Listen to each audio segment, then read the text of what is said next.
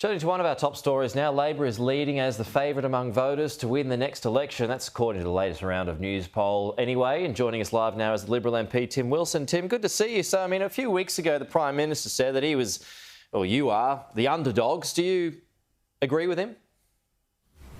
Well, every election is tough, Pete, and every election we've got to fight and fight hard because we're fighting for the Australian people. And, of course, there are a lot of big vested interests, big unions, big corporates who all want to get their slice of Australian democracy and are trying to buy their way through it. And we're going to back Australian people every step of the way, and they're going to back us. I'm very confident of that. OK, well, a couple of policies that have been announced in recent days from the opposition anyway. You've got the big announcement on TAFE yesterday. You've got their much more ambitious climate targets at 43% that were set out on Friday. Are you worried at all about how voters may respond to those as it's revealed that more people want more action on climate?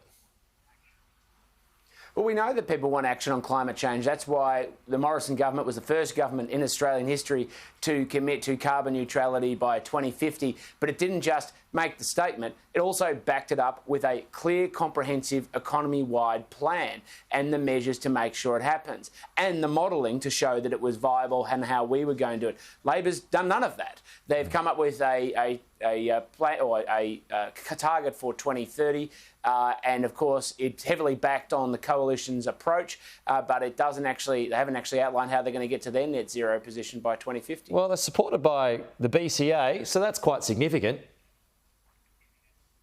Well, again, it comes down to BCA had their own modelling, which wasn't the same as what Labor's put forward. So we actually want to see the hard evidence from Labor and how they're going to get there, particularly towards 2050. We've done the hard yards, Peter. We've made sure that we have committed to an economy-wide approach to reducing greenhouse gas emissions by 2050. We've committed to a target of carbon neutrality, and we've got modelling to show how we're going to get there. Labor doesn't. Just on the economy, figures show it is continuing to strengthen. The OECD warning, though, that the deteriorating trade relationship with China continues to pose a risk to revival. Do you see it that way?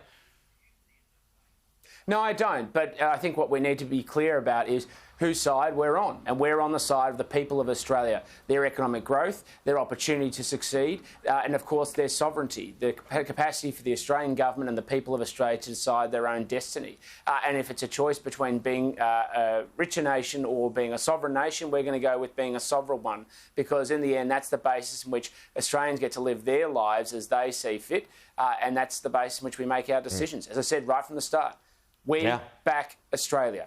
They could still hurt us, though. Do you accept that? Well, there are always tensions or policy decisions that need to be made that have trade-offs. That's the price of being in government. You can always throw stones from the cheap seats in the sidelines. When you're in government, you've got to make weighty decisions about the future of Australia.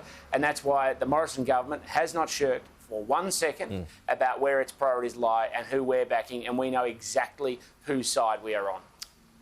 With respect, what are you doing in Sydney, Tim?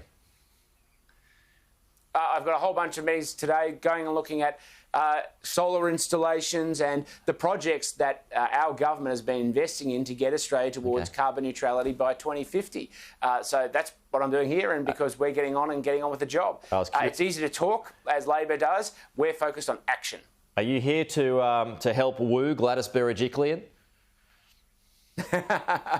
Look, my view on Gladys Berejiklian running for Warringah is completely on the record. It is my idea of a Christmas miracle.